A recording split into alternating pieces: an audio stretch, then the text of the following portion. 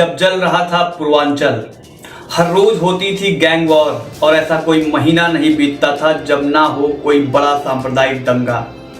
सरकार मौन थी और प्रशासन चुप। ऐसे भीषण कालखंड में पूर्वांचल को बचाने की जिम्मेदारी उठाई एक सन्यासी ने, और वो सन्यासी भी पूर्वांचल में होने वाले दंगों की लपटों से नहीं बच पाया। उस सन्यासी का नाम था योगी आदित्यनाथ, तत्कालीन सांसद गोरखपुर और मौजूदा मुख्यमंत्री उत्तर प्रदेश शासन। नमस्कार, मेरा नाम है उत्कर्ष और आप देखना शुरू कर चुके हैं सुलभ भारत। दोस्तों, आज इस वीडियो में हम आपको विस्तार से बताएंगे कि क्यों हुआ था आजमगढ़ में योगी आदित्यनाथ के ऊपर जानलेवा हमला, किसने किया था आजमगढ़ में योगी आदित्यनाथ के ऊपर जानलेवा हमला और कैसे बची थी उस हमले में योगी आदित्यनाथ की जान। तो वीडियो में अंत तक बने रहें और अगर चैनल को अभी तक सब्सक्राइब नहीं किया है तो सब्सक्राइब जरूर कर लें। तो इस कहानी की शुरुआत होती है अगस्त 2008 से, जब आजमगढ़, मऊ समेत तमाम पूर्वांचल के जिलों में लगातार सांप्रदायिक दंगे हो रहे थे।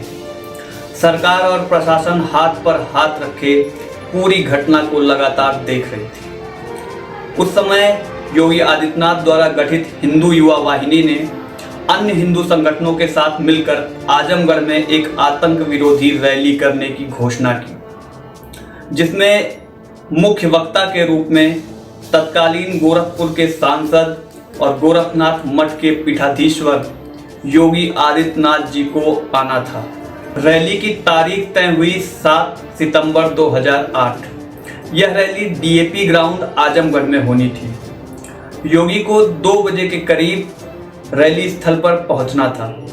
योगी जी अपने आवास गोरखनाथ मठ से 40 गाड़ियों के काफिले के साथ सुबह 10 बजे डीएपी ग्राउंड आजमगढ़ के लिए रवाना हुए।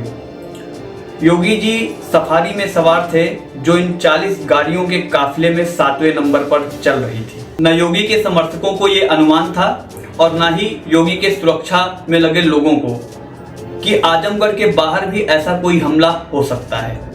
तकरीबन 1 बजे आजमगढ़ के तकिया से होकर योगी का काफिला गुजरा।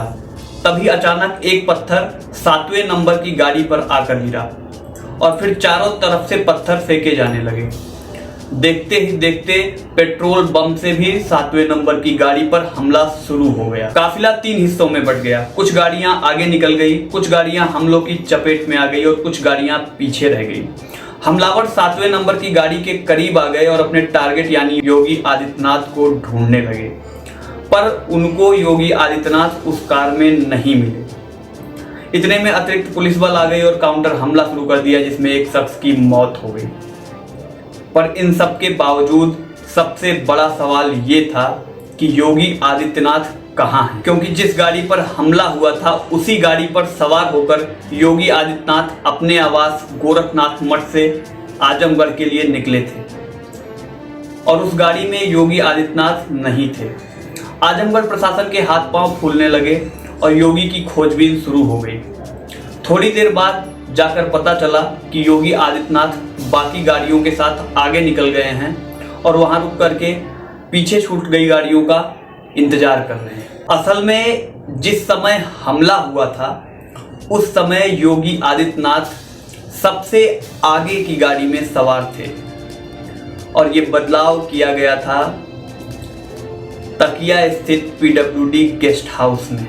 असल में योगी जी का काफिला आजमगढ़ के तकिया स्थित पीडब्ल्यूडी गेस्ट हाउस में थोड़ी देर के लिए रुका था, जहां योगी के समर्थकों और उनके सुरक्षा में लगे लोगों को इस बात की भनक लगी कि आगे हमला हो सकता है। तुरंत उनके सुरक्षा में लगे लोग योगी जी के पास गए और उनको रैली में जाने से मना किया और वापस चलने की रिक्वेस्ट की। लेकिन योगी जी संकल्पित थे रैली में जाने को लेकर के।